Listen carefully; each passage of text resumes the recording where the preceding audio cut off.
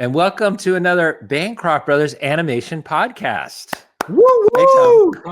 The audience out there can't see it, but I'm wearing one of my Christmas presents. We're in the new year, but I had to bring out one of my favorite things I got for Christmas, which is a sweatshirt. Fits very nice. It's very warm for this cold weather here in Tennessee, but it's got Snoopy on it, my all-time favorite. I love Snoopy. Your family has latched onto that. You get Peanuts stuff every year. And you also get Marvel, like classic Marvel 70s Marvel t-shirts and things. My family has not figured that out. I think I didn't communicate it well all through life, that they don't know the difference between Marvel and DC. So I'll get like a Superman t-shirt. I can't tell you how many Superman t-shirts I have. What about Emma, I your hate daughter? them. What about Emma? Didn't she get you something comic booky Marvel this year? This year, no. My nephew, Jen's sister's son, he's a geek, and he asks the right questions and also understands the difference between Marvel and DC. And he got me, because he drew my name. We do a name thing in the family. And he got me to Captain America 1970s. One's a Gil Kane Captain America t-shirt. Love it. I got it's too small. And then I got a John Byrne Captain America t-shirt, both of my all-time favorite artists, both of those. It was luck that he got. I think she did say something about, I don't know how he found out about John Byrne, but I think she had texted me and gave him some of that information. But anyway. Well, tangent alert. I mean, we may cut this later, but your daughter, Emma, who is going to school in Ireland right now, I don't know if you know this, she texted me, and she was really, there's a comic store very close by her school. And she kept asking me, like, what would Uncle Tom like? I don't know anything about comics. And I gave her. She told me that. Artists. But I thought she got something. You know what? I might be getting confused about who gave me what, but yes, she did give me some accurate. One of those might have been from her, and one was from Chris. I think so, because I told her about John Byrne and that your favorite character was Captain America and all that. So I thought it was very cute and charming that she cared that much, that she reached out to me to see what you would like in the geeky world of comics. Yeah. I have not given them my wish list very well through the years, so thank you for helping out there. Yeah, you can thank me for that. It was honestly the first time I'd gotten the geek t-shirts that were accurate. I can't tell you how many Wonder Woman and Superman shirts I've gotten through the years. Well, Tom, it's kind of this is a very reminiscent a podcast for us tonight. So it's kind of nice to talk about this, because it's going to go into where we are going tonight in our discussion. It is because we grew up geeks and artists and loving a lot of different things, but those were the developing passions that really drove us in this long career that we've had in animation. And so we're going to talk a little bit about that, about ambition and risk taking and passions that really made us who we are, right? All right, let's get into it. So, well, Tom, I do feel like we didn't talk about this, but I really want to say something really quick about the fires that are going on in LA. Our last podcast, yes, please. Our last podcast, the fires had not started. There was nothing in the air about that. And now, since the new year came about, and I was just in California over the holidays and just missed it. I came home a week before the fires broke out, starting in the Eaton Canyon area. The Pacific Palisades has been horrible. What has happened there in just the last couple of weeks, as we speak right now, is horrific and horrible. Our prayers go out to Tom and I are prayer types. So our prayers go out to all of our friends in the animation industry. I have tons of friends. I have family out there. They're all affected by it, whether they've lost their homes or not. They're all deeply affected. And it's overwhelming, as all of us now have seen the footage and the carnage that's happened there. Just praying and just want to send out support and hope for those that are trying to get by. So many artists were affected. I mean, I've seen and we've seen it on Instagram like crazy and stuff, and every day, honestly, it feels like most of the people I follow are in California, it seems like, because I'm just seeing one after another, scrolling through these horrible things that have happened. I want to shout out to Dave Wasson. We went to CalArts with Dave Wasson, and and he did the Cuphead show. It's one of his notable things. He's been in TV for many years as a director and creator. and he lost his house completely. It was a beautiful house. He's shown it online. He had My just kids, renovated his studio. I don't know if you saw those I photos. did. November, December, somewhere in there. He'd posted a bunch. Amazing studio space. Yeah, and Tom and I are big enthusiasts of collecting little toys and books and stuff like that. You can see that if you're watching us on our podcast page on YouTube. But man, Dave had such wonderful little. And he had trophies. an amazing house, arts and crafts style house. I mean, it's the kind of house that you worked your whole life to have. Yeah. And Dave had done that. Dave Proxima, another one, Disney animator that we worked with. Tony, you did more so because he was in California. But creator of Mrs. Potts and Flounder and the Sultan king, and the Aladdin. Sultan, lost his house.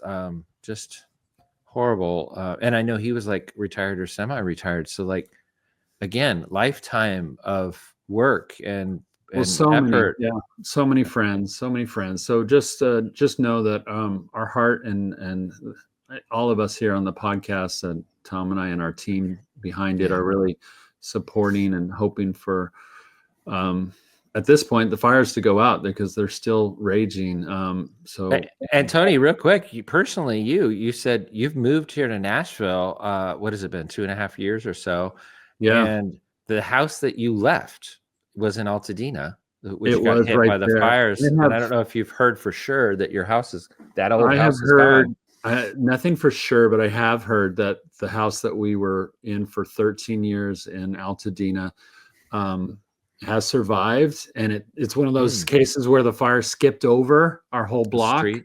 Oh, wow. Yeah, and I just think that's amazing. But yeah, I feel so blessed that I'm here in Tennessee, and selfishly, I miss that that fire. But even just like visiting there, because my daughter just had a baby and she lives there in that same area. They've been not affected by fire as much, but they had to get out of their house because of smoke and the toxic fumes and the smoke and thing. People don't think about that kind of thing too, but that's so harmful. There's so much old buildings around there and schools that all had asbestos, honestly, in the construction. Yeah. They say there's a lot of toxic things going around right now. I mean, it just goes on and on. It was the perfect storm of a horrible, horrible event, very tragic. And like I said, we're just praying that it's out and people can start to rebuild. And so prayers for rebuilding LA. It needs it right now too. So tonight, Tom, we want to talk about our past. And we've talked about some stories and stuff, but we want to have this theme about, for you guys out there, ambition, risk taking. Hopefully in these stories, you'll hear things about us, diving deep into scary situations and doing hard things and failing. Yeah. But it all starts with, a drive of wanting to succeed and wanting to, be like our Charles Schultz's out there, our idols that we love so much in the animation and comics industry. So that's kind of the stem of it for us. And what you're going to hear is this, where this drive comes from. We're going to point it back to our mom. We have a single mom, at least up until we were 15. She got married at that point. We had a stepdad. But before that, our whole growing up, honestly, we didn't know our father. They divorced when we were like 3 or something, there's alcoholism and all that. But growing up with a single mom, she was our hero and still is. And honestly she was the one that had all the drive and was a risk taker, was somebody, not a crazy risk taker, I wouldn't say that, but definitely had a 9-to-5 job and needed it and insurance and all that because she was a single mom with 3 kids, but went to night school to better herself, to get, better jobs, to rise up the ladder at the hospital where she worked. And, that kind of hard work paid. We saw it day to day. even though we Yeah. wanted to be lazy and sit around all day Saturday watching Saturday morning cartoons and not pulling weeds outside. That was Well, a she job. always encouraged our love and passion for comics, and she didn't understand it, why we wanted to draw and these characters that we were creating and stories, but she saw that we loved it, and she was always so supportive of that. So yeah, this is hats off to mom, our mom, Corey Chrisman. But we want to talk about what that led to, which was a fire. We didn't really feel like we had barriers because of our mom. Our mom helped us. Oh, you said fire. Man, that was too soon. Ooh, well, sorry. But yeah, we know what you mean. I'll turn it back to barriers. We didn't really have see a lot of barriers, and I think that was really because of our mom. She kind of taught us, like, if a door of opportunity opens, just go through it. What's the worst that could happen? What, why not you? As though all those kind of philosophies that kind of drove us as kids, where we were like, yeah, why not? If we see something we want to do or somebody we want to meet, just go for it. And if you see a chance, take it. Oh, right. Yeah, let's not sing it. We'll just say it. I just had to do it. It was bubbling up, Tony. And so what you're going to hear also about is that Tony and I have a love that goes way back to comic strips, comic books, and animation. All three of those were basically options in our life, or we thought they were. And we just happened to fall in animation, honestly, first. But you're going to hear some of the stories where we dabbled kind of in like, at any point, a pivot could have happened where we would have broke off and gone into comic books. Is my story. Yeah. Or Tony, special effects. He was really into special effects and wanted to work for ILM early on. We both did. I mean, we were both interested, but yeah. So how that came about, let's go into that one, because how that came about is that Tom and I, like Tom was saying, we started out with a love of comic strips. Obviously, I've already mentioned Peanuts and Charles Schulz. Started there for sure. We were doing that in high school. We thought, let's go to this city college because we don't really have a firm direction or really even a knowledge of what kind of education you need to be a comic strip artist. So that's what drove us to Cypress City College in California. Hi, Cypress. Hope you're still there. Shout out to Cypress College. They're great. But we were kind of floundering around, just taking a couple classes that suited our interests. And we got, looked at film with a cinematography class, had an illustration class. And actually that was a really important time in our life, that transition time from high school where we were just doing comics and thinking about comic books and comic strips. And it was I want to say this real quick. Yeah. We're coming out of high school, and more kids today, like our kids, they are looking at colleges and stuff like that, like their junior year, right? We work at universities, at a university now. So therefore we're seeing like juniors in high school coming and taking tours and stuff like that. That didn't exist as much, but it certainly didn't exist in Tony and my mind. We weren't thinking beyond high school, right? I don't think we ever considered it. Weren't dreaming ahead, just sort of going, oh, I'll do this. I'm going to be an artist. We didn't think about how that was going to happen. And right. So it hit us like a ton of bricks as soon as we graduated. Wait, what's next? And it was our stepdad, actually, because my mom had just got married to a former military guy, and we were 15 years old and when they got married, but like within a year or two graduating. And he's like, so what's next? And we had like, he even called a recruiter. You remember? He even called a recruiter and told him about us. And we had a recruiter call us and start talking about military service. And we're like, Tony, what? You forgot. They would come to the front door and knock on the door, and all of a sudden there'd be a guy in a uniform going, "Are Tom and Tony here?" And we didn't know how it was happening. Mr. Tom and Tony Bancroft here. Yes, we're with the Navy SEALs. And we're like, what? I mean, it was so outside of our realm. We were not even athletic, so it was just so kind of pathetic to even consider. And they would leave disappointed every time. We like, can we be cartoonists in the Army? Is there what kind of drawing jobs do you got? Well, there's drafts people, I believe, that we could, maybe you could take some drafting classes while you're there. Or they were like, how about you just join and we'll figure that part out later. Yeah. Yeah. So we're like, no, thank you. But we started going to this city college, and things really started to change for us there, because possibilities, this happens in college, right? possibilities start opening up. You meet friends. That's where we met Eric Stefani. We've talked about that before, and he encouraged us to look at, and do a stop motion clay animation film with them. And so all of a sudden, this world of animation that we hadn't really considered was a hot topic, and we're doing research. This is pre-internet, folks. So we're buying books, renting books from the library about animation, just consuming ourselves with the topic of what it is to be in animation. And one of the early influences on Tom and I was, for Christmas, I think it was, we got a big book, thick book on ILM, Industrial Light and Magic. That book, combined with, we had just seen Ghostbusters. The very first Ghostbusters came out in theaters. Remember that, Tom? Oh, and we were just like fascinated by that. And I think somebody gave it, maybe it was our mom bought it for us, or we bought it, but we found a making of Ghostbusters book. Yeah, or art of Ghostbusters, whatever it was. Yeah. It was phenomenal. It was one of those early books. Now art of books are all over the place for every film, it seems like. But early days, that was a really rare thing to see behind the scenes, see the early development. And it had concept drawings of monsters and ghosts. But Tom Enriquez was one of the artists that we discovered through that book. And it had storyboards, tons of storyboards and things like that. And so we were like, wait a second, even live action movies, special effects, especially films, have artists working on them. That was the groundbreaking. Yeah. And while Tom was you were probably more like attached to the comic book world still. And I was more centered on comic books. I was definitely more into the comic strip world.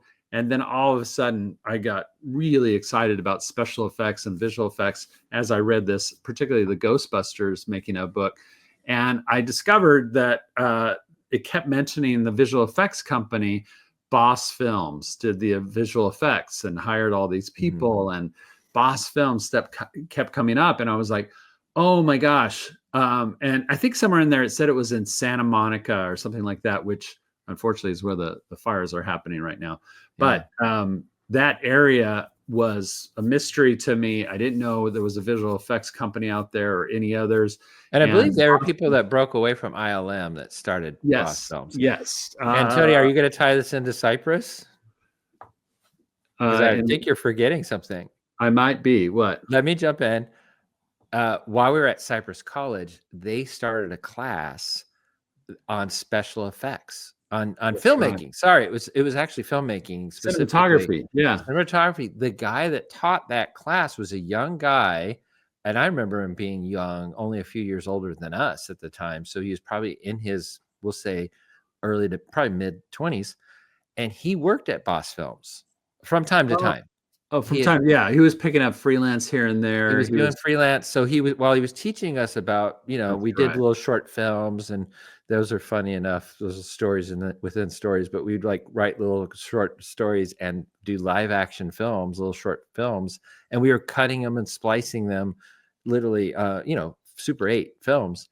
And he was teaching that kind of stuff at this Cypress College, and so we took that class. But through him, we started talking about being artists and things like that, and I think showing his portfolio, and he said, I know I work at Boss Films, so go ahead and take it from there. So we didn't get any information from him other than that. And so after hearing that from the teacher, but also seeing it in the book, I decided I want to talk to somebody about this, and maybe I could. And I found out about being a PA, and maybe it was that teacher that said, you should call them. I've heard they are looking for PAs and stuff. Production assistant. That's a production assistant, kind of a grunt, and you have to have a card. Those are the people that are supporting the artist by getting coffee or running on errands or dropping things off for freelancers here and there, and they just kind of do the grunt work and a lot of foot a lot of errands and stuff. A lot of errands and things like that.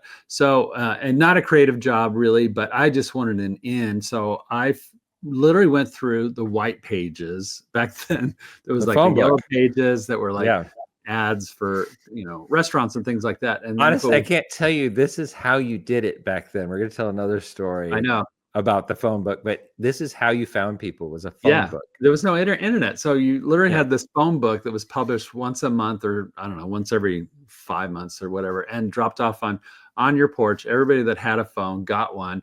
And you would just leaf through this and look up things in alphabetical order. And I found Boss Films. It was listed in the white Because pages. back then, everybody would be in the phone book, by the way. It Yeah, wasn't like, oh, I don't want people. It was the only way people could find you because this is pre-internet. So there was no right. searching on the internet. This was the only way that Boss Films was going to get work. Literally, Disney would have to look them up into Boss. If they wanted to work with Boss Films, they'd go to the Yeah. phone book. So Or go you got to ahead. know somebody. And, Yeah, you know, right. so we looked it up. I found the number. I give them a call. Here I am, just like, I don't know, I want to say 19, 20, probably something like that, years old. I call them up and I'm like, hi, I'm Tony Bancroft. And I really, somebody who answered wasn't even like a boss or a secretary. It was somebody that was working the floor, maybe Yeah. one of the artists or animators or something that happened to pick up the phone. And I'm just starting to babble on about, I understand you guys did Ghostbusters and I'm a huge fan. I really love to work for you guys. Is there anything? I've heard of a PA. And so they're like, oh, kid, hold on a minute. Let me get somebody you can talk to. And I thought they were going to hang up. Luckily, they put the phone down and somebody comes to the phone that's in management and starts to talk to me. And super kind. That's the first thing I found. I thought they were going to laugh at me. I thought I was going to be embarrassed and all this stuff. And they took me seriously. Now, Tony, I want to say this. If it was an advertising agency, they would have been really mean to you and hung Oh, up. really? Okay. I mean, like, Maybe so. there's different cultures within like a Yeah. lot of these industries. And I do think that animation and effects and things like that, they all started in doing grunt work. And so they're very used to wanting to help somebody. Yeah. But go ahead. I feel like there is a culture of reaching down, which is awesome. And so this guy, who I still don't know to this day, really talked to me a lot and said, yeah, well, we are actually looking for a PA and this is great. And I love your interests and you know our body of work, or at least Ghostbusters. And I'm like, yeah, I love Ghostbusters. And they're like, well, let me ask you a few questions. You know, where do you live? Are you local? We're looking for somebody kind of local that has a car. I have a car. And then I'm like, but I live in Los Alamitos. They're like, oh, Los. Oh, where is that? That's oh my gosh, Orange County. Yeah. Probably to look on a map and see. Oh yeah, you're way out in Orange County. I mean, that's a distance. What kind of car do you have? Is it in good condition?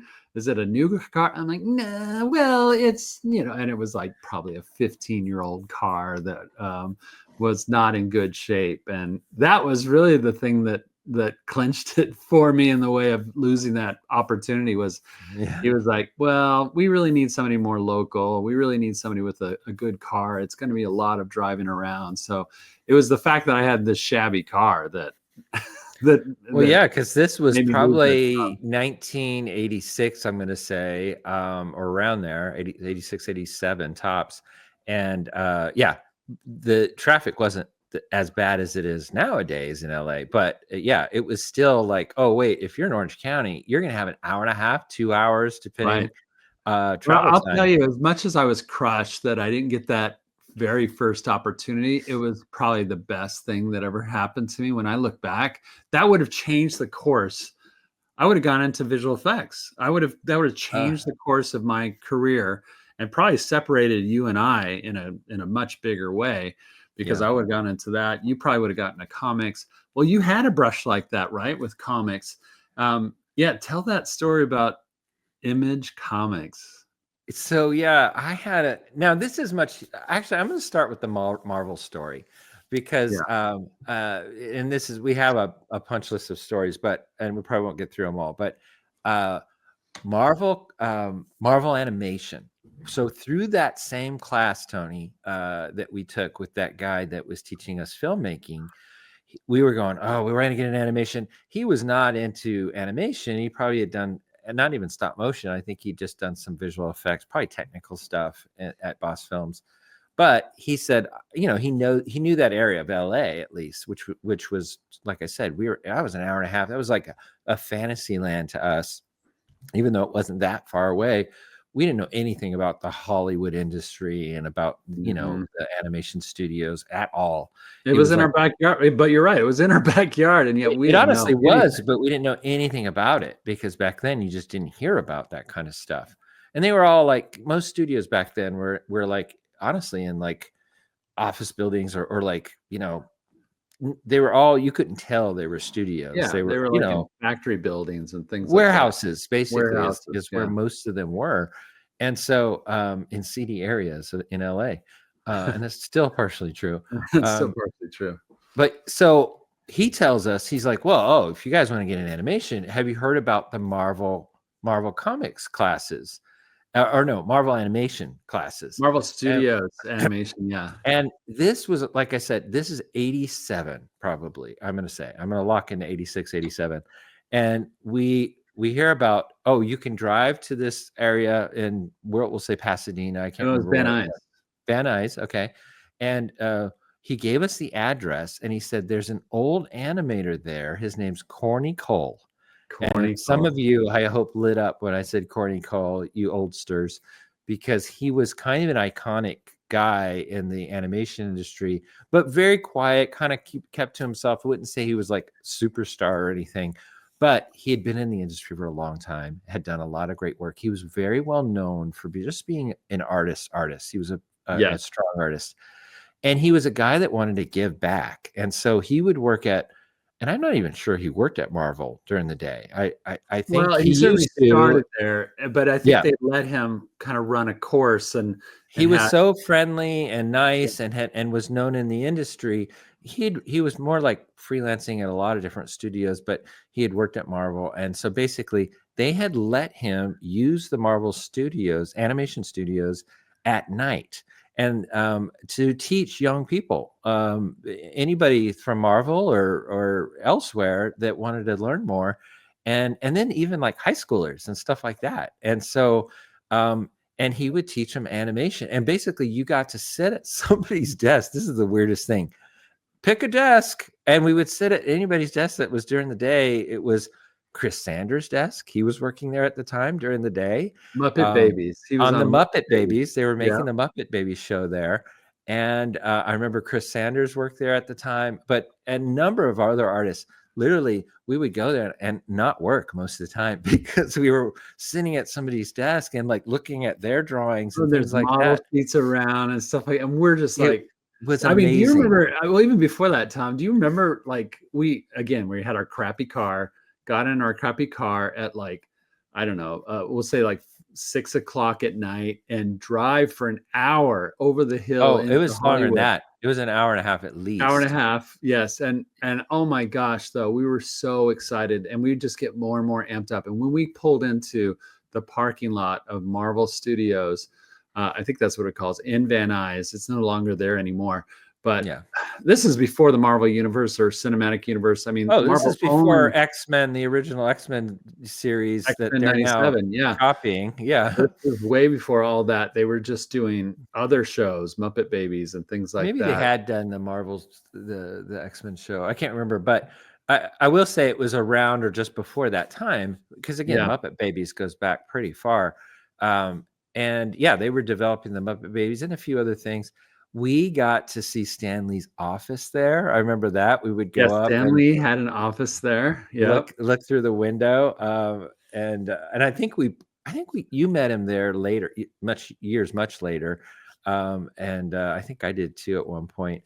But no, not in that building. But yeah, I did meet Stan Lee. Okay, yeah, but he was there for many years, helping. Walking in, and do you remember there was a wall full of caricatures? There was one of the artists. Yeah, I want to say Rick Leonardi or something. I can't quite remember, but one of the artists at the studio was an incredible draftsman, and they all seem like incredible draftsmen at the time. It might have been Ed Wexler. That name comes maybe to Ed mind Wexler, too. But there was somebody doing caricatures, and they put them up on the wall, and it was all the staff, all the other animators and artists and stuff like that. We didn't know any of these people. We were just like, oh my gosh, just the art, the level, the quality was everything we dreamed of. We were just soaking it up. And you're right. I remember there was a layout guy trying to get us to do animation. Okay, now what do you guys want to do and stuff like that. Yeah. And we did end up getting into that and shooting on paper. We're animating in paper and pen, pencil at somebody else's desk that worked there. And we felt professional. We felt, like we were really making animation. And then he had this like video recorder that would take, a frame at a time on 3/4-inch tape. It was a pencil test system, like a really early pencil test system. Yeah. And they were doing that. It was video pencil test, which was brand new at the time. And we're using this like state of the art at the time stuff. Still can't believe they let us do this. But we didn't really gain an understanding of like the principles of animation or how to do it. We were just going in the dark. Corny was not I would say he was just the most wonderful, supportive guy. And yet, not a lot of education. He wasn't sitting down and going, okay, now we're going to do the bouncing ball and this is what spacing is and all that kind of stuff. We weren't really getting it was definitely not formal classing and teaching like we were hoping kind of for. It was just, here's equipment, try things. He was a little bit of a hippie, honestly. He would rather talk about fine art and figure drawing. Honestly, he was known for figure drawing. And he would be kind of in the corner at another desk drawing just for fun, and we were more amazed just kind of looking over his shoulder, I think, than doing anything of ours. Because every time we do it, it was like, ew, this looks horrible. What are you doing, Corny? Oh my gosh, Corny, that's so great. And it was just. And he loved it. He did. The most amazing guy had a horrible ending to his life. It was very sad. I remember hearing about that. Just ended in poverty. Yeah, it was a wildfire early on that took out he was living in like a mobile home or something and just burned it. And there was a big fundraiser to help support Corny. And that happened later on in life.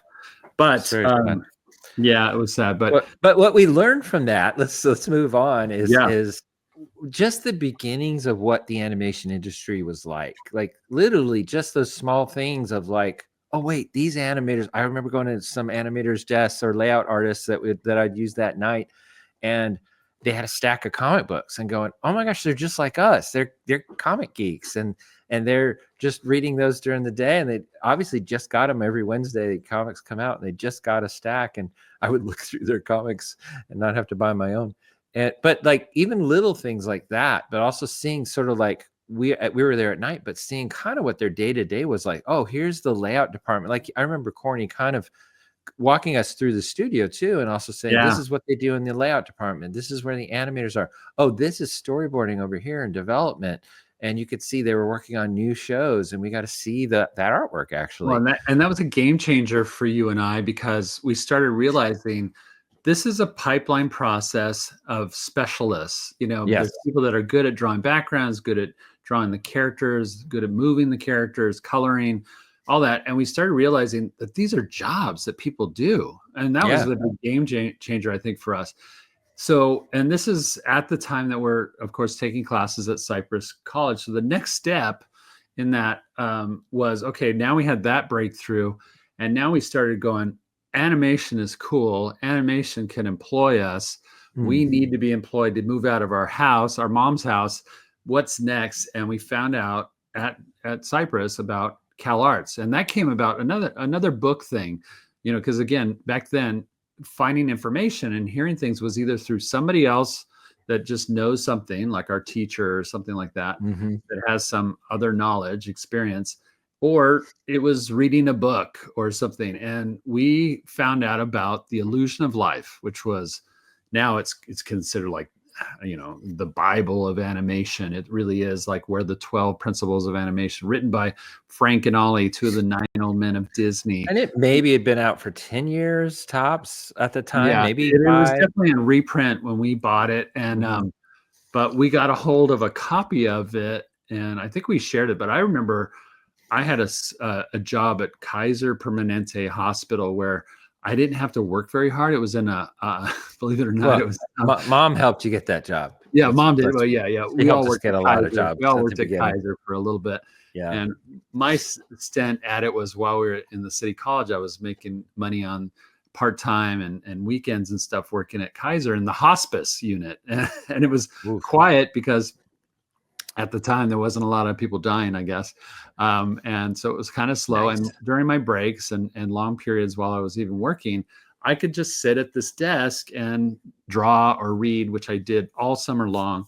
And again, at Cypress, taking some classes at Cypress, working at Kaiser, I got this big book, and it is a real thick one. And in there, going through those pages and learning deeper about the 12 principles, the history of animation at Disney and all this kind of stuff. It's a great book. I highly recommend it. The Illusion of Life, the book. It kept mentioning CalArts and how, especially the newer people were going to CalArts. Yeah, there's a photo of CalArts in that toward the beginning of the book. Yeah, and so we realized pretty quickly that, if you want to work at Disney, or if you want to learn about animation, but then it was a big Disney tie to this one school, CalArts, and by probably going to the white pages again, we discovered that CalArts was right in our backyard of Valencia, California. We were in Orange County, but in Valencia, again, not more than maybe an hour away, was this CalArts. And so we started discovering it. My mom took us on a tour of it. The first thing we discovered was, oh my gosh, it's immensely expensive. How are we going to afford this? But we just did it. Our mom was like, well, let's see what we'll just start 1 year at a time. Let's see if we can afford the first year. Well, and I'll add this, which is, we all had that goal. We shared that goal. And obviously our mom did most of the heavy lifting on getting that money together. But she said, you guys have to contribute. I want you guys to both, I think we had jobs, or we just got them. I can't remember, but we both got decent paying jobs that summer. Yeah, it was like Kaiser Permanente. You were at the hospital. I worked at an ad agency actually at the time, and doing like paste up and stuff like that. If you don't know what it is, I'm not going to explain it, but it doesn't exist anymore. We both had decent paying jobs, and the point is that we saved all summer long to put in our little bit of amount into the coffer, and so we could get through our first year of CalArts. And so we got into CalArts. Long story short, we've told elements of this story before, but I want to talk about a moment that happened. I'm trying to remember, Tony, if it was the second half of our first year or I think, it had to have been, because it was winter time. Yeah. So we'd only been there a semester. We made good friends right off the bat. Jim Capobianco was our roommate. Pete Doctor, Mark Kennedy, they were all classmates too. And other people that you may not have heard of, but they were all just great people. And anyway, we got this idea. I'm trying to remember how it came up, but we started to really like the culture of this. Well, I know. And how we were kind of started. Okay, good. But we were very competitive with each other, but also friendly with each other. And we kind of wanted to do a group thing. But go ahead and tell the origin of the winter show. Okay, so the winter show it started out as an art show that one of the students, Tim Myers, had started. And he was just doing it himself, getting fellow students. He missed the snow. He was somebody from out of state, not a Californian. We'll say Michigan. We'll just say it. We'll say that. I don't know where he was from, but he missed the snow. And there was other students that were lamenting too around that winter time period and going, I missed that. And he's like, let's create some of our own artwork, and we'll just put it around and to remind us of winter. And that's how the winter show was born. As just students drawing and painting. I do remember that about Tim, Tony. Just a little shout out to Tim Myers. He's I don't think he's in the animation industry. I don't know if he ever really was, but he's more of a fine artist, I think. But he was always very nostalgic and very warm-hearted, kind of a big guy that got us all pumped up. Honestly, he was good at that. He was, very infectious, kind of guy where he just very excitable. Well, I remember we all went to at CalArts. We would have movie nights sometimes, and they were having a special screening of I want to say it was Mr. Smith Goes to Washington. That was one. Frank Capra movie. And if you know Frank Capra, he's one of my all-time favorite directors. He also did the famous Christmas movie, It's a Wonderful Life, among many, many more. But his themes in his movies are usually about one person can make a difference. And you see that really resonate as the theme in Mr. Smith Goes to Hollywood. Washington. For us, it was Tony and Tom Go to Hollywood. Mr. Smith Goes to Washington. I remember we watched that in the Bijou Theater one late night, and Tim was there, and Jimbo, our good buddy. We went back to our animation desks, and we're just sitting around talking about it and excited and fired up. And I remember being super fired up, going, we should do something. We can make an effect and a change in this world. And here at CalArts, we could do something. We were all just like, kind of dreaming and looking to the future and how we wanted to affect change in the world in some way. So Tim said, one of my things that I've always wanted to do with this winter show, and I think by now, I think it was our second year at CalArts, Tom, not to correct you, but I am. Because I think he had done the winter show the year before, and the second one, it was growing and had a lot of interest. That sounds about right. Uh-huh. Yeah, it was kind of before we left CalArts. I think it was one of the last things we did. Yeah. Yeah. And he was talking about, I've always wanted to give back to like the Shriners Children's Hospital at Christmas time, or do a fundraiser of some kind. And we were like, well, what about the winter show? What if we not only made it, we sold the student. At first we were thinking, we'll sell the students' works. We'll make it a gallery showing and put prices on everybody's work and stuff like that. Auction. Yeah. And we were like, I remember just going, we're never going to make very much money doing that. Let's go bigger. We'll call all the studios, all the animation companies, Disney, and all these different commercial houses. There was no DreamWorks or Sony at the time, or some of those other ones. And we were like, we know people at Marvel Studios. Courtney Cole's going to help. That was the start. Yeah. And so we were like, yeah, let's start reaching out. And we got so involved with the winter show.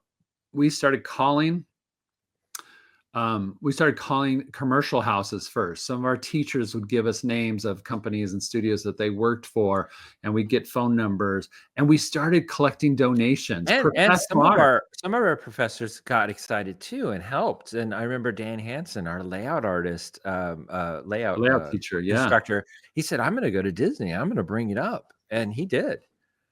And pretty soon, this is what's amazing. Like, imagine being a student at CalArts or any other art school and actually going to all the people that later on you're going to ask for jobs, but they don't know who you are.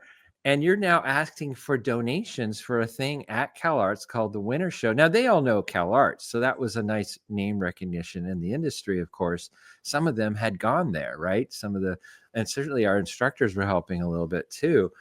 But honestly, they didn't know us. And here's what we're asking for. Do you have any animation cells? Do you have any drawings? We went to Chuck Jones, actually. The amazing things that we got from these studios. And by the way, we didn't know how to run an auction. We didn't know how to donate that money to charity. We kind of did the charity part on the back end. Tom and I are driving this. And we literally got Frank and Ollie and Ward Kimball, Disney legends, and Nine Old Men to donate stuff. Like, everybody donated. Nobody said no. I don't remember anybody saying no. I don't remember anybody. I'm sure we got a one or two, but except honestly, for Disney. I think that's Disney said no. That's right. Disney said no. So Dan Hansen, you're right, had gone to his buddies and stuff at Disney. There was some interest from other artists, but when he went to the management said, and this was around the time that, if you remember, Tom, the dog movie, Oliver and Company had come out. Yeah. It had it was about to. No, I think it was about to, but the trailers were out. People were excited because it was coming up. It was the new thing that they had just finished, and it was about to come out. And so Peter Schneider, who was then the president of feature animation, kind of a newer president too, I think. He had said no. So Dan told us the story that he was in a meeting and Peter was there, and he had talked about this CalArts winter show and the fundraiser. And Peter was like, I don't think we have anything. And, we don't really, the company doesn't get involved with those kind of things. And he killed it pretty quick. Well, at this point, we're getting collections, and pieces that are beautiful from Ward Kimball and Frank and Ollie and Chuck Jones. And so I remember, Tony, I just got to tell one story. I remember driving to Ward Kimball's house and picking up his donation. I was with you. I remember that too. I know. And he gave us a full-on tour of his house, his trains, like real size trains in his backyard. And then he had his a shop in the back, like a little, and in there was like the smaller, drive trains collections. He would show us his old artwork, like his modernist, paintings that he would do, and really bizarre stuff. I'm like, Ward, you used to be a hippie, obviously, but goes into his studio. He showed us his studio. He pulls open one of those long drawers, and he's thumbing through his artwork. And he had done, I got to share this because nobody knows about this but us. He was an old car collector too. He loved old Model A's and Model T cars, old Fords. And so he would do like fan art, honestly, for these magazines that were about Model A and Model T car collecting. And collector magazines. And so he had done like a big 11x17 kind of board. And he had done a whole little animated illustration gag. And it was called, because this was new back then, breakdancing. Breakdancing was a brand new concept, and he was pretty hip. Ward was forward thinking. Yeah. And so he did, and all it said was breakdancing. And what it was an animated, like sequential drawings, sequential drawings all the way down the page of this Model A or Model T car dancing on two legs and falling apart as it was dancing. And so it was very much an animator's kind of approach to a comic strip gag like that. And that was a cover. It was a cover he did for this magazine. He donated that, signed it at the bottom, full on. It was amazing. And he gave us that piece of artwork, a big, huge board. And we walked away with that. And Frank and Ollie, I remember we met them at Disney. I don't know if you remember this one. I don't. Yeah, they were working on their second book, I think it was. Too Funny for Words was the book. And so we met them at the Disney archives as they were going through artwork that Disney was letting them go through, right? Which was like the first time we had that opportunity too. So it was like a double huge event, meeting Frank and Ollie, but also at the Disney archives where they're thumbing through Fantasia artwork or something like that. And I just remember like it was just, and so then they donated stuff to the show. I can't remember. It was, I think it was Rescuers. I think Ollie donated some Rescuers drawings, from Rescuers, not they Down Under, but the original one. Super great. Amazing stuff. Chuck Jones, we got through to him, and he donated something very, again, like Ward, kind of obscure kind of thing. But do you remember what it was? No. What was it? He donated figure drawings. From his life drawings. Huge figure drawings that he had done when he was in art school. And I remember that. They were amazing. They look like Glenn Keane drawings, they were, very. But all that is to say, just to shorten this a little bit, we got amazing work. And so when Disney said no, at that point we were just like, we were incensed. I remember we were so into this at this point, and we had stopped going to classes. Like we only had a week and a half to the winter show. If you remember, Tom, it was we decided to help out and kind of boost this and level up the winter show to make it an auction and a fundraiser and all that for the Shriners Children's Hospital as a donation.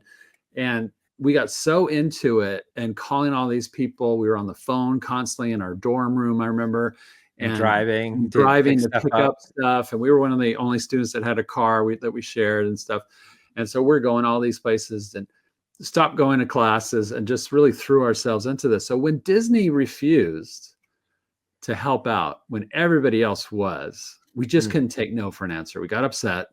At first it was like, oh, how can you believe that? Well, I remember Dan Hansen was upset. Our instructors were upset. They felt embarrassed. They couldn't believe it. They were like, why wouldn't they help out? This is just an innocent fundraiser and you're giving the money to a hospital for children. And we're like, I don't know. I don't get it either. But they didn't see any benefit to it. So we went, I remember going to, we went over. We went over Peter's head. Peter Schneider, the president of Disney. We did. And this was a game changer because this could have gone so poorly. we could have never worked in the industry. The idea that within a year of that, we actually got a job at, not even a year, Probably Yeah. 6 months later, we got a job at Disney.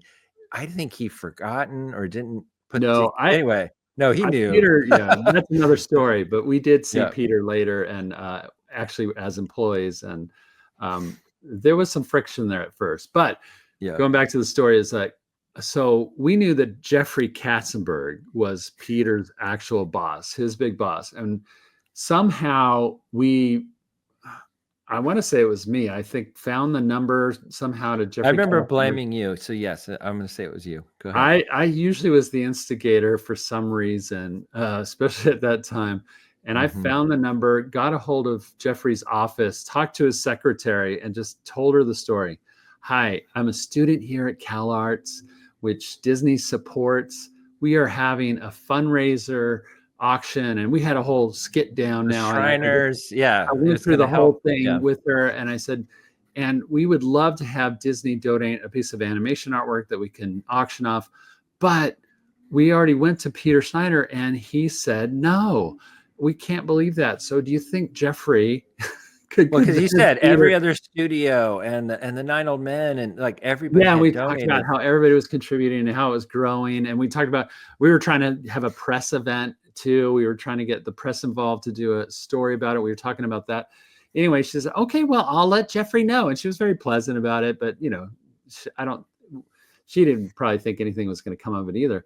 Little did we know that at that time, Jeffrey Katzenberg was known in Hollywood to return every phone call that he was getting. At the end of the day, he had a thing where he would work with his secretary. She would call back every single person that called him during the day. And he was known for the 5-minute phone call. And he would literally just go through all these, hey, this is Jeffrey Katzenberg, you know, and it would start with the assistant, making sure that Hold please for Jeffrey Katzenberg. Yeah. So we're students at CalArts, not expecting anything more to happen. I remember we were in the animation building, which was a little run away from our dorm room. It was, they were by each other, but a little distance walking wise.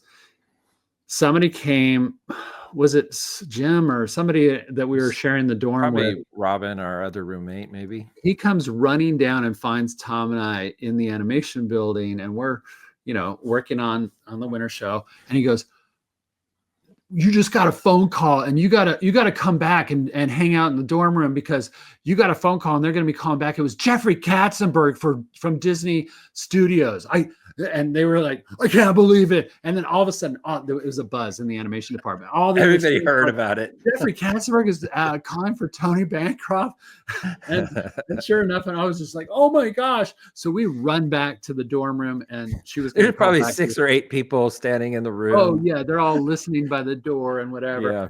And sure enough, it rings, and it's the assistant again. She said she was going to call back in like 5 or 10 minutes. She did. And she's just like, hi, yeah, this is Jeffrey Katzenberg's assistant. I have Jeffrey on for you. Click. And who picks up right after that but Jeffrey Katzenberg? Hi, this is Jeffrey Katzenberg. Who are you? Who am I talking to? Something Tony? like that. I mean, he was kind of bearish, but I mean, I remember thinking, one, I was just amazed that he called a student. I'm like, hi, I'm Tony Bancroft. I use my student voice again. There you go. My young Tony voice. And well, we have a winter show, and he's just like, it's a charity, and it's. And did you talk to Peter Schneider in charge of animation? I'm like, well, yeah, but he said no, and he's like, well, that's your answer then, kid. and he hung up, and I was like, oh, okay, well, okay, we probably shouldn't have done that, going over Peter's head, but the answer is definitely no. We heard it twice now from Disney, Peter, and then Jeffrey Katzenberg. Put it away. Well, it wasn't, but I want to say the very next morning or something like that, we get another call to the same dorm room phone, and it's Peter Schneider trying to get a hold of Tony Bancroft. And I remember, and he was not happy. So the very first thing, he's like, is this Tony Bancroft? Is this the kid that was calling about the winter show? Yeah, we have something for you. Come on down. And we heard later that he changed his mind because Jeffrey Katzenberg had a meeting with him after my phone call with him, probably the next morning. And Jeffrey said, "What is this about a winter show at CalArts? I had some kid call me." And he was like, I heard you he was said like, no, Peter. What's going on with that? and you said no, is that right? Okay, whatever. But I heard all this, the other studios are giving to it. this, Why yeah, aren't this, we?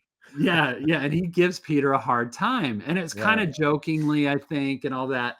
But it was enough of a slap down for Peter from his boss, Jeffrey Katzenberg, that Peter begrudgingly called me back, said, "Come on down, we got something for you." And that's all he said. And so we went. Secretary told us how to get there and all that. We And, hightailed it to yep. Disney Feature Animation. Never been there before. They were in warehouses in Burbank at the time. Like I said, just finished Oliver and Company, and we're like, maybe it'll be an Oliver and Company sale, because we had requested that. That's right, we had requested that. And we're like, no, we're not giving out sales and stuff. We want, yeah, we were probably so bold. We want a Glen Keane, Oliver and Company, and yeah, nothing less. Right. Yeah. So right. we get there, and I think it was you and me, and I don't know if somebody else came in with us. I'm sure there was a crowd. Yeah. And we're just like, he's like on a phone and he's busy, I remember, and he's just, yeah, kids, sit over there. All right. Yeah. So no, I remember it was just leaning against the door. Yeah, so and as we're sitting there and watching him on the phone, we could see there was actually two cells, if I remember right. Two framed cells from Oliver and Company. And one of them was gorgeous. You remember that? Yeah. And I think it was a Glen Keane scene or something like that. Georgette, probably. And so we're like, oh, I think that's our cell. So we're like kind of whispering to each other while he's finishing up some business, a phone call or something. And then he turns to us. He's like, yeah, I don't like how this came about, but here's a cell we want to donate. You're going to have to fill out some paperwork. There's some, it was red tape stuff, I remember. Well, and he made it very clear, we were the very first people to get Oliver and Company cells from the company. Nobody else. They had not gone because they used to go to the galleries and allocate certain amounts, and some maybe even still went to the parks. I can't remember, but to galleries in the parks. We were the very first people to get Oliver and Company. And so they made a big deal about that. You don't know how big of a deal this is, that we're giving you this. And it was almost like, you should be kissing my butt. Yeah. And we're like, oh, thank you, Peter, thank you. And so he turns around to grab the cell, and it was not the one we wanted. Like the other one. It's the other one that had some of the lesser dogs, Georgette and stuff like that. Because that Georgette was going to Bette Midler or something, probably. And so he gave us that, but we were at that point, anything, of course, we were just happy to get for the fundraiser. We took it. So that just shows like ambition, I guess, that story. It really tells about, we were, even at that young age, Tom and I had this, and really infused by our mom, risk-taking, ambition, not a lot of fear of failing. And we could have failed so badly in that moment. That could have haunted us for the rest of our career, and it didn't. If anything, it was just a game changer for us, because all of a sudden we had this feeling. And I have one more story. I got to do it. I got to do the Image Comics one, because we teased it. And yes, I do hope that everybody listening are hearing kind of a theme of, one is the power of the phone book. We discovered that very early on in our young life. But honestly, it's about taking risk. It's about we were trying to risk things. Sometimes we failed. We're not telling the failures all the time, but there was plenty of times we got hung up on and things didn't work out. But here's another one. We had graduated. We'd done the internship. We were both now working at Disney Feature Animation and learning to be animators. Well, actually, no, this was almost 8 years probably into my career. So it's more advanced than that, because here we were starting Mulan. Tony at this point was chosen to be a co-director, I believe. Yeah. And I was just at the point where I was starting to do Mushu. I was selected to do Mushu, and I was a brand new supervising animator. And I was doing animation tests and doing character design on Mushu. I don't know if I'd quite gotten to the animation test phase of it yet, but I was basically very early on. I think I was just starting to do animation tests. And I'm just going to do this as a backstory. It wasn't going well. I've told this story before, so I'm keeping this short, but there was a lot of questions. Peter Schneider back in California, and all the way up to Jeffrey Katzenberg. Mushu was blowing up in the story. He was getting to become a big starring Eddie role. Murphy's the Eddie voice. Murphy had been Excited. just selected, Big star. basically. Yeah, he was going to be the #1 big name on the credits. And here's little Tom Bancroft doing that character, right? Newbie supervising animator. And so they weren't sure if I was the guy. And Tony and Barry were getting that pressure also. And we were really fighting. Give him a chance. You know, I think you can do it. And I was putting myself out there, which was hard being your brother, of course, nepotism and all that. Yeah. But I did feel like you could do it. But yeah, I was worried too, because you could also be distracted. Case in point, go ahead. I still am, but very distracted kind of a guy, creatively, especially like wanting to do a lot of overcommit yourself and overcommitting. Yeah. And so simultaneously at that time, this is one of those distractions. I had kind of made it my goal to like learn how to draw like Freddie Moore girls and stuff. And so I was trying to get better at draw. I was really inspired by Freddie Moore, old animator from the 40s at Disney that drew. He was known for drawing, cute little girls, like pinup stuff, not little girls, sorry, but pinup type girls, and but with a lot of fluidity and stuff. And so many animators, even including Glenn Keane, were very influenced by that, and Mark Henn, my mentor.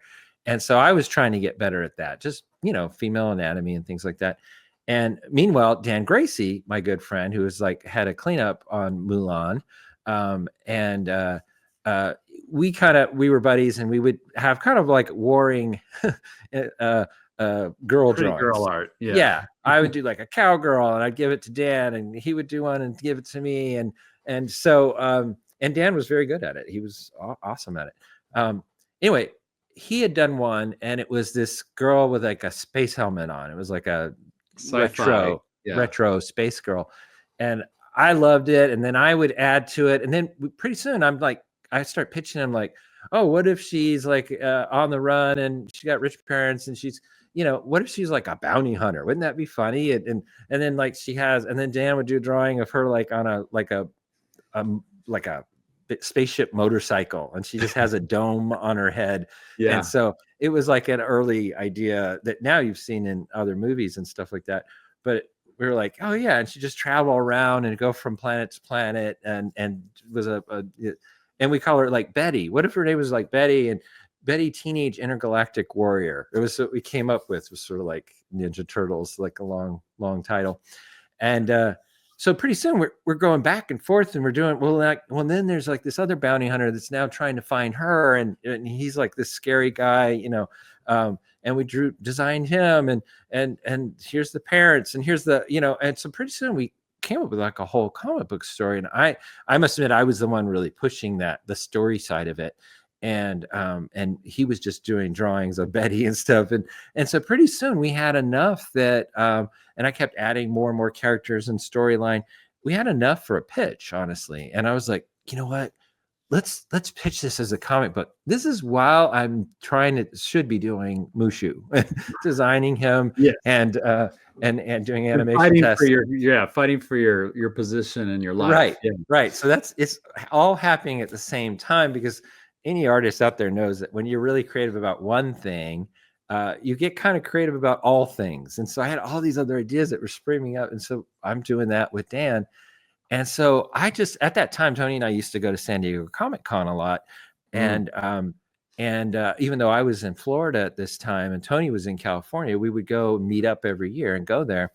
And we got to be friends with J. Scott Campbell. Jeff Scott Campbell is a famous comic book artist, but really known for drawing pretty girls. And he was doing at that time, he worked at Image Comics. It was still a pretty new comic company.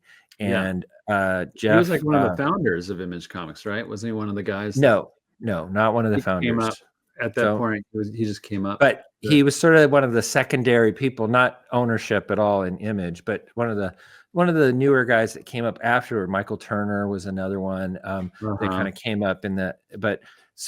But J. Scott, Jeff, he came up with a series called Gen 13.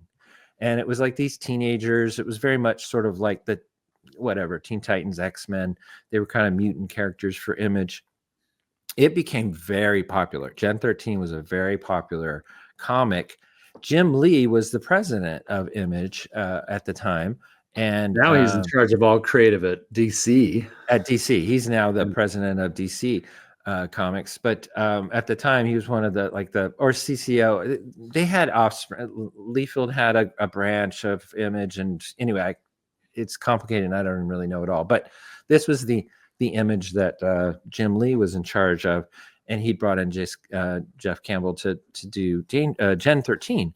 Anyway, it was very popular. I'd become friends with him. And I think at some point I called him and I said, hey, I got this idea I want to pitch for a comic book series. Do you think Image would be interested in it? And I pitched it to him and he's like, yeah, I think they would. And simultaneously, Jeff was really running. I think he goes by Scott. I call him Jeff, J. Scott Campbell.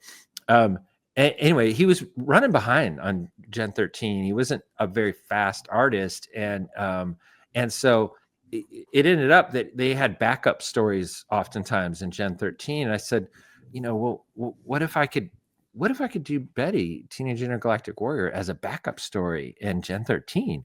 And he's like, I love that idea. And so he said, come on out.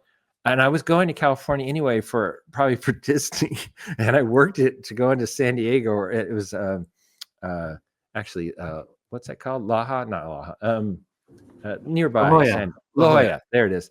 La Jolla was nearby San Diego. And so I jetted out there with a friend of mine, Elliot Bohr, went with me. And we went and took a tour of the Image Comics. They had an amazing offices, man, with views of the ocean and everything. It was amazing. Made Disney look like nothing. But anyway, so I go there and he's like, well, you're going to have to pitch it to Jim Lee. He's got to approve it. But I'm behind it. I would love that. It would help me kind of save time, get through some Gen 13 issues, and you do the backups, 6-page stories or something like that, 6 or 8 pages. Yeah, sure. And it would be a series. So it would go over a bunch of issues. And I was like, yeah. And so I pitch it to, and for young Tom, who loved comics originally, this was a dream come true. This was more of a goal, even to that day, than working at Disney. I cared more about being a comic artist, which I know is crazy to say. But that was such a big grail kind of a moment. It would have been like you maybe getting into ILM way back when. So again, still kind of late in my career, honestly, or mid-career, I'm going and pitching to Image, and Jim loves it. I pitch it to Jim Lee. He loves it. He's like, oh yeah, this animation thing is really cool in comics right now. It's sort of like, Mike Kunkel had done Hero Bear and stuff. And so they were really like into the whole idea of making it look more animated. A lot of comic book artists, right. Jeff, Scott Campbell was a huge animation fan. And so this was really cool to him too. I remember meeting Adam Hughes there. He was doing a Gen 13 2-issue thing. That came out soon after that, and it was amazing. But I saw him drawing his pages. I saw J. Scott Campbell drawing his Gen 13 pages, and it was just they were having a good time. Honestly, they were having a great time. Right. A very exciting time at Image Comics in general, but also just in the comic book industry too. And Jim goes, "Yeah, let's do it." I leave that building with basically no agreement, no signed contract really, but with the idea that was all it took, was Jim had to say yes, and Jeff was into it. And I went home from that trip back to Florida with the idea that I was going to be a comic book artist with my own series, mini series, whatever you want to call that, backup story, but I would own it. And Image was going to put it out with one of their #1 comic book series, Gen 13. Behind it. And so I remember you telling me about it, because this was you, the brother, excited, calling me and going, oh my gosh, I just had this cool meeting and then I responded as Tony, the director of Mulan, going, what are you thinking? You gave it a moment. Wow, that's cool. What are you thinking? Yeah. How can you can't do a comic this brand new thing while you're also have all this footage to get out and wonderful footage. It has to be magnificent footage of Mushu for the movie that you're currently being employed by, which was a Disney. big opportunity. And it was, I said, what are you, so it was one of those. And then you went into, and by the way, they're questioning if you can do this. I remember I had a big animation test I was coming back to do from that trip. I think that was part of the trip, I think. But I came back, and my first goal at Disney anyway was that I was going to sit down and do an animation test to Eddie Murphy's voice. It was going to be the test that basically would keep my job or not. And that's the timing that all happened simultaneously. And I know I was still going, and I was going to my wife and doing the same thing, Jennifer, and going, I think I can do both. And that's what you tried to say to me. But I'm like, babe, I'm going to have to do some nights and weekends. I'm going to be doing 2 things at once, but I think I can do it. And I wanted it so bad. I wanted to do both. I didn't want to give one up. And I just remember disappointing you, but it was like, I had to be that splash of cold water in your face to go, dude, you need to figure out what the reality is for your future, because it's on the line right now. This is a turning point in your career. Are you going to be with Disney, or are you going to get into comics and do this small little thing that has to grow? And you were getting like an opportunity of a lifetime at Disney, and you were just starting at a lower level position at Image Comics if you took that job. It felt pretty big. I know. It felt pretty big. Like, oh, what are you? This is crazy of you. There wasn't many people that were going to get that opportunity on the comic book side. Image was super hot. They were red hot. Jim Lee had just seen it, liked it, would have backed it. J. Scott Campbell. It would have been in Gen 13. It was one of the still an unknown. There's still comics. There's still that huge risk of, what if people don't care about your you know what, honestly, the story wasn't that great. It probably would not have stuck around. I think people would have liked the artwork, and it would have been a fun little 8-page read for a couple and let's face it, there was things that were similar to that, but honestly, that's how Rocketeer started, and I had visions of Rocketeer in my head. It's like I was going to be the next Dave Stevens, and with this thing that I was creating. Long story short, Tony, yes, your breath of I don't want to call it fresh air, but your cold water in my face. I couldn't deny it, because I was trying. I was honestly trying to convince myself I could do both. I'm going to be okay. I would have lost Mushu had I taken that job, and you would have.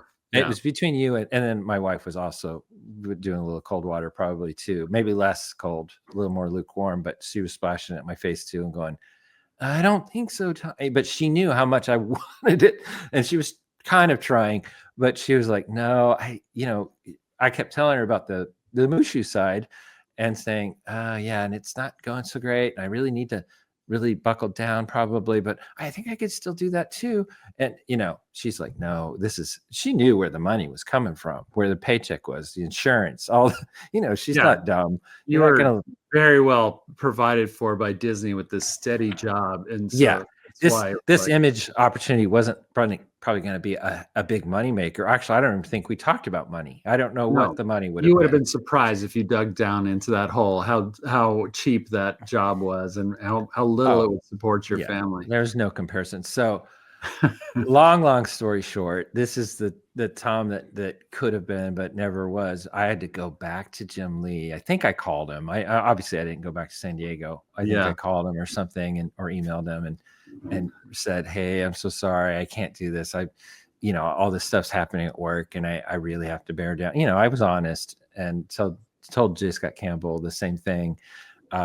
And they understood. And I think I don't remember Jim being too heartbroken, and I don't think he remembers any of that. I hope Jim Lee is listening, and at least you, Jeff, are listening, and you're probably constantly going, Scott, call me Scott.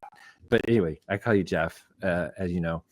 And we had him on the podcast many years later. Remember at a CTN Expo where we did a breakfast with him and did a live podcast with his wife Tanya. Yeah, it was really fun. I think they were dating at the time. I don't know if check out that episode. It was real fun. Yeah.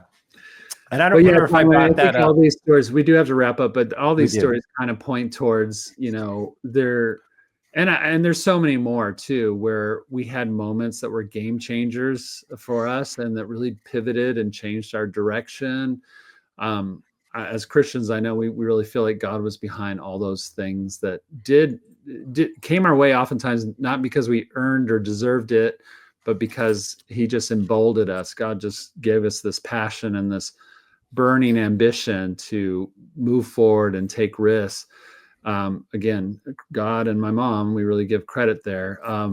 Yeah. Not all of them worked out. Some of them were failures, and some of Yeah. these examples, but even the failures worked towards something else, a new opportunity or a new direction that spun us into what became. And Well, honestly, Tony, that last story is a little bit about, I had to make knowing what you want. What do you really want in your life? And I was young enough, and there's a part of that still in me that is always, wondering, well, what about over here? And it's a little bit of that grass is greener kind of a thing too, is looking at else. But also I had to then buckle down, but also realize what I had. And I do think that's super important. It was one of the turning points. A few years later, I got sick after Mulan and had another turning point where I was able to leave Disney. Actually, go back to the episode that we did, why we left Disney. There's an episode back there that you can listen to that I'm alluding to that part of the story, which is, I wasn't content. There was a lack of contentment that was both on the creative side, you could say, but really was at it.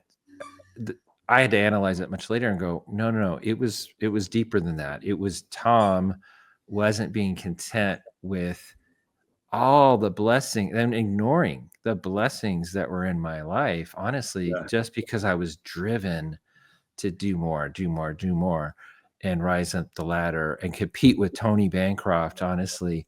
And just, I thankfully I won, but sorry, I know that was a joke.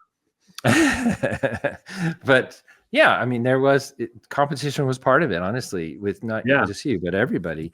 And well, that's what probably pushed us over the dial for most people of ambition and stuff. And it really, for our lives, there's the negative side is that we've taken on too much, said yes to too many things. We definitely suffer from that. Yeah. So there's a balance to be gained in that, but good old fashioned ambition and risk taking should be encouraged. And in this day, I would say more than ever, I want to encourage. I do that with my students at Lipscomb University. I try to encourage them. And you know what? You're not thinking outside of the box. What if you did this? What if you called this person? Don't be fearful of it. Just get out there, call them, email them, text them. You have so many opportunities that we didn't have when it comes to connecting. And honestly, that's the point. Don't wait for opportunities to come your way. You have to make opportunities. And a lot of it is going to mean a lot of work. Honestly, every one of those stories behind it was a lot of work that we were doing to get to that opportunity. But even getting that opportunity, having to do even more work, right? So, but we love it. And like I said, it's amazing. It's amazing what they led to, those risk-taking moments, those game-changing moments. Yes, there was failure, but the outcomes and what we learned from it and the tools that we gave us and the confidence that we gained along the way is what has driven us the rest of our lives. And that's why we still take risks and we still do things that some people tell us all the time. That's crazy. That's nuts. You're not going to do that. You can't do that. We hear that all the time. And we just put those voices behind us because we think we can. Stupidly, we think we can, and we will. So I just hope this is an encouraging episode for you guys. We had fun talking about these stories and reminiscing. I hope you did too. Keep listening to the podcast, you guys. Give us some reviews on iTunes. That would really be helpful. We got more shows coming up in 2025 that you guys are going to love. So keep tuning in to the Bancroft Brothers Animation Podcast. And Tom, as we always say, animate from the heart. Be sure to subscribe to the Pencil-ish Studios YouTube channel.